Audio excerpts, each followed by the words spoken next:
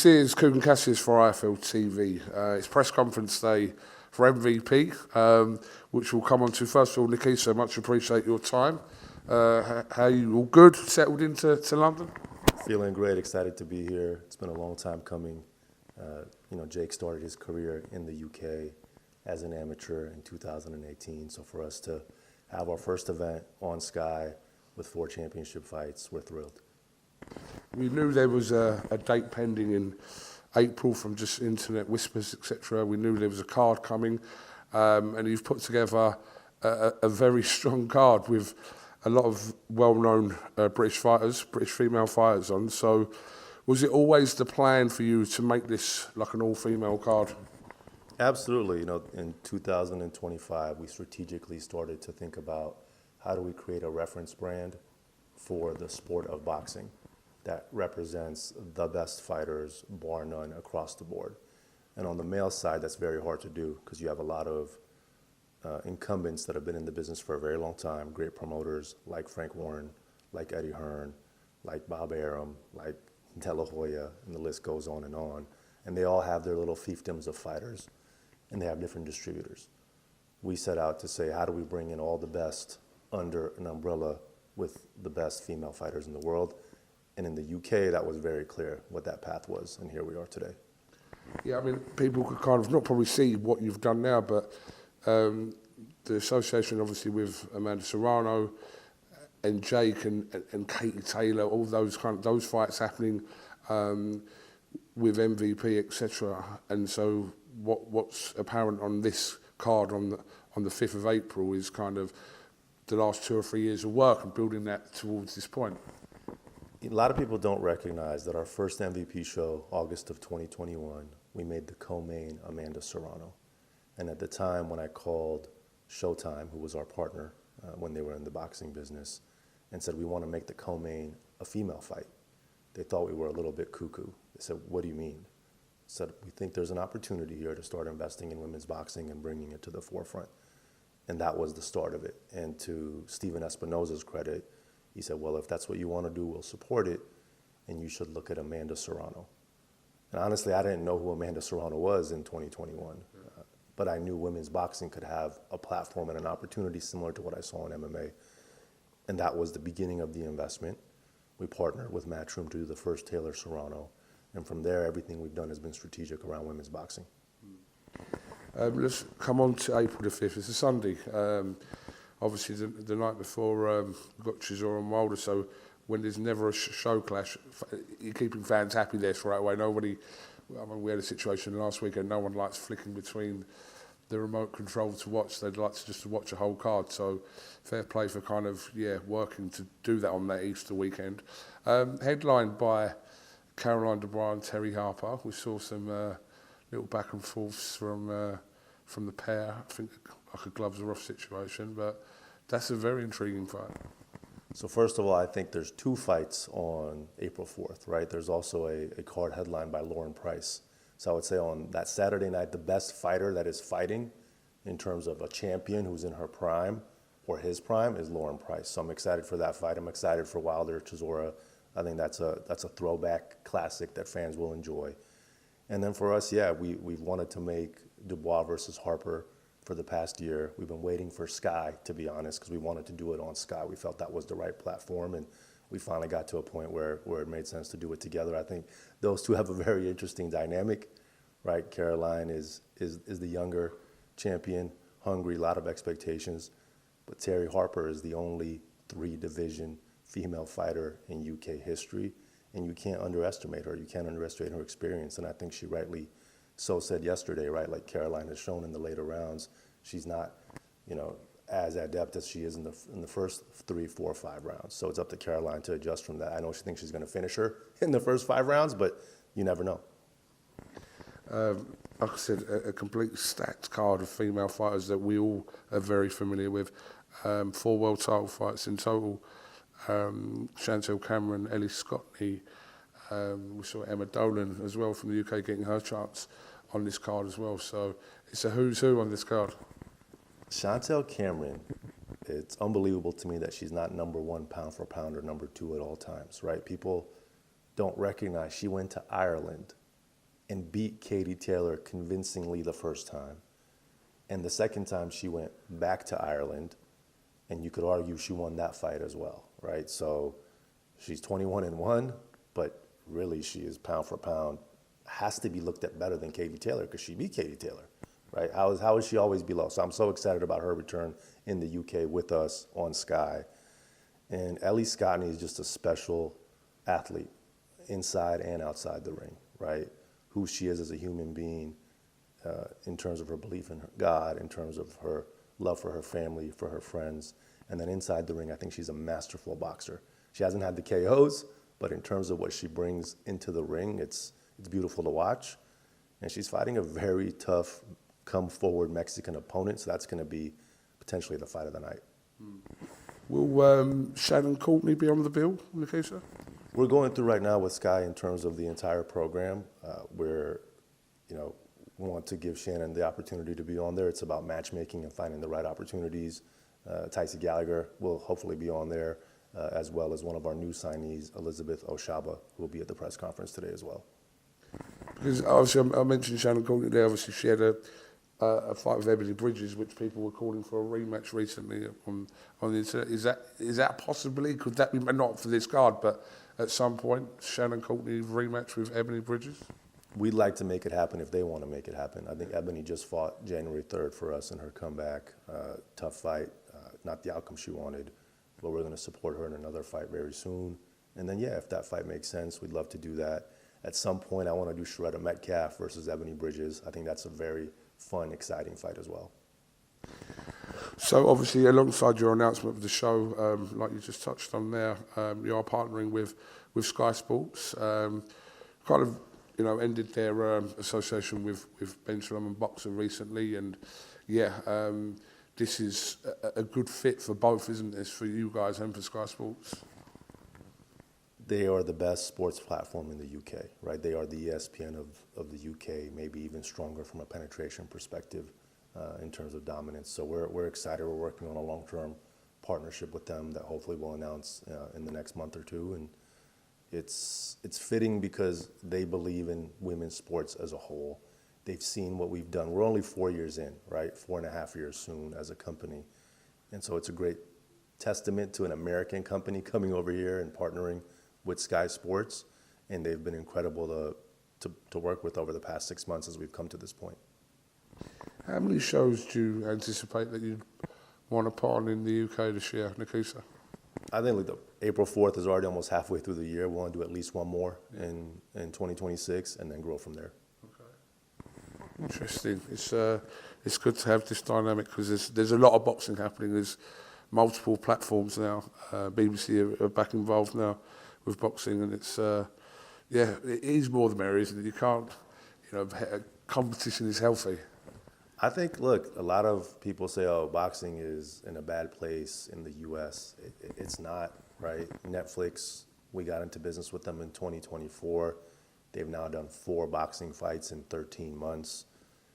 UFC or TKO now have Zuffa on Paramount. DAZN, as everyone loves to say, is the global home of boxing. They're continuing to invest. We hope to have some more announcements next week, and then another couple of weeks, additional announcements around additional events and distribution. So I think boxing is in a good place. Can it be better? Of course. I think the more fighters like Shakur and Teofimo to take those risks, the better. And I think a large part of that, people tell me all the time, was Jake Paul. Right? Jake came back and reinvigorated interest in the mainstream. And fighters looked around and said, wow, this novice, as they like to call him in the UK, is coming in and making so much noise and making great money. How do we do that? How do we bring excitement back to boxing? I want to go back to, obviously, December. I suppose it turned out to be quite a surreal period of time from the fight, and then obviously Anthony Joshua's situation. But just going back to, obviously, Jake's fight with Anthony Joshua, how do you reflect on that now? Look, I've spoke about it before. He first mentioned it in March of last year, and I thought he was crazy. I always wanted him to wait until end of 2027, 2028 to do it. I think by October time frame, I had him in that mindset. And then once we decided to pull the fight from Gervonta Davis, which I'm so glad that we did. You know, people were like, "You're making assumptions here." No, we felt like that was the right move. Jake was pretty adamant he wanted to fight Anthony Joshua or Terrence Crawford. That was his choice, and so it was my job to get it done. You know, reflecting on it, I think if he had better cardio, he would have at least survived that fight. I'm not saying he would have won. I'm not saying he would have. He landed some pretty good shots on Joshua. He's a much smaller man. But I was pretty impressed with what he was able to do in 4 weeks of preparation, going from preparing for a guy who would have walked in at 155 to 160 pounds versus a guy who is 260 pounds. I mean, over the last, I suppose, year and a half, we've seen, the Canelo situation with Jake, obviously, which didn't materialise. Then the one with Tank, etc. And this one with Anthony Joshua. And the Anthony Joshua one was always regarded as the most dangerous. There's people putting out health warnings, like professional fighters and people within the industry putting out, being concerned for Jake's safety. But yeah, he did come through it, and I think he came through it with credit against somebody who's a formidable heavyweight puncher as Anthony Joshua. But moving forward for Jake, is these the kind of fights that he's targeting, like these kind of names in boxing that are, nowhere near retired, or say nowhere near retired, but they're not at that point. But these names you're mentioning, Terrence Crawford, Canelo, etc., is this the kind of line of fighters that Jake's going to be fighting, or does he revert back to fighters he was fighting previously? I would say he definitely wants to fight Canelo at some point, right? He definitely wants to fight Tommy Fury, because I think that's a good level set for everyone to see how far he's come. That first fight was a close fight. It was a split decision.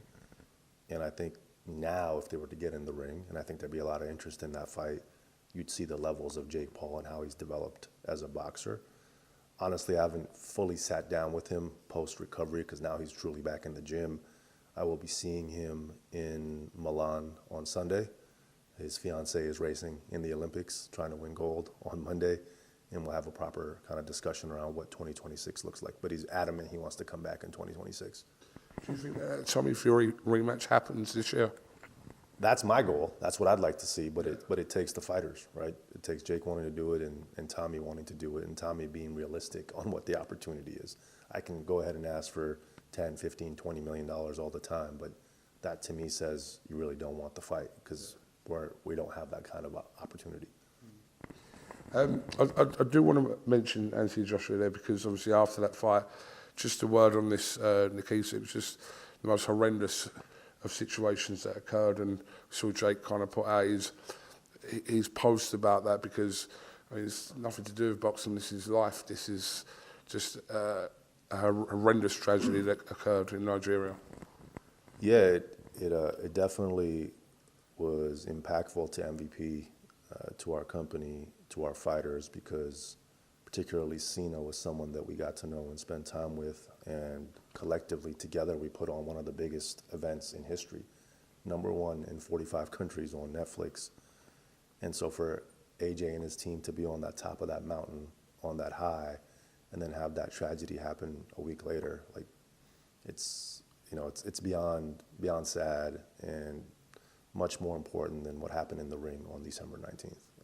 We did our best to recognize Cena and Latz on January 3rd at our show. I'm going to go see Cena and Latz tomorrow at their resting place, and we'll be connected to them forever. Nice words. How is your relationship with the other promoters in the US? How would you describe it? Great relationship, I would say, with all of the promoters, right? We co-promoted an event with Oscar in mid-2025 with the Jake Chavez Jr. fight. We were working closely with PBC and trying to do Canelo, and then trying to do Tank Davis. We've worked with Top Rank when we did Tommy Fury through ESPN. So it's been positive, but we're a very different organization, right? We're focused on Gen Z and Gen Alpha, and really thinking about communicating with the younger fan. And we have a tip of the spear with Jake that is extremely unique, right? He's the most followed fighter, he's the most followed promoter, and we leverage that platform. But we're authentic to who we are, and we're all about disruption. So we brought boxing to Netflix. No other promoter has done that yet, right? Obviously, Turkey Al-Sheikh has come in and done Canelo Crawford, and now doing the Tyson Fury fight as well. But you know, we take pride that we've built that relationship with Netflix and really brought the mainstream audience to the sport. Yeah, I was going to come into that. Obviously, we're seeing Jake's fights on Netflix, seeing the Serrano Taylor fights on Netflix, but this comes under a little bit of a different category with Tyson Fury's return fight against Makhmudov being on Netflix. So hopefully it is the start of something that kind of crosses between, Jake's fights with whether it's Mike Tyson or Anthony Joshua to Tyson Fury, whatever people deem as, traditional boxing to whatever, Yeah, look, I think Taylor Serrano 3 was the most significant boxing card in history in terms of the belts on the line. You can't really, like Guinness World Book of Records, most belts on the line. I think this fight with Tyson Fury, it's an easy fight for him, right? Let's be honest. No matter what people want to say, from my perspective, that's an opponent that he should dispatch of, and I would expect him to dispatch of him faster than Anthony was able to take out Jake Paul. So that should tell you something about what that is. My perspective is they're building towards that Joshua Fury fight if and when Joshua is ready and wants to go back in the ring. And that makes sense to me from a Netflix perspective. What's your thoughts, last couple of ones in the case of, what's your thoughts on Zuffa boxing and Dana White's introduction into boxing?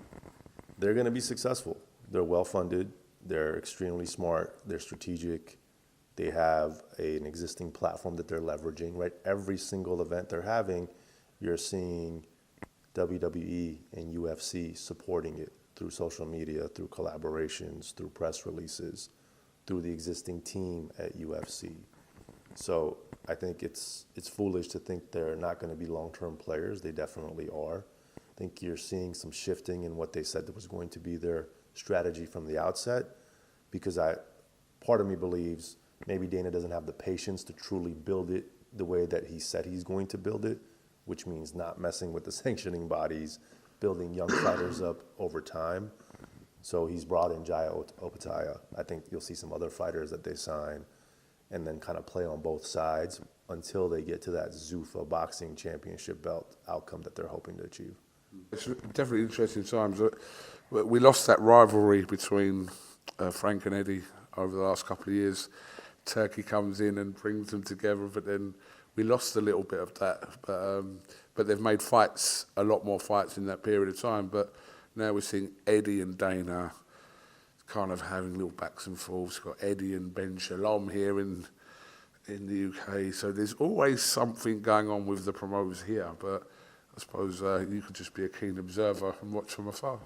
We have a different philosophy, right? And with that philosophy comes from the big four sports, which is it's about the athlete. So when you look at our press conferences, we're not on stage. We're not sitting at the table with our fighters. We want the fighters to shine. And I know in boxing and in MMA to a certain extent, there's this adage of the promoter has to sell the fighter.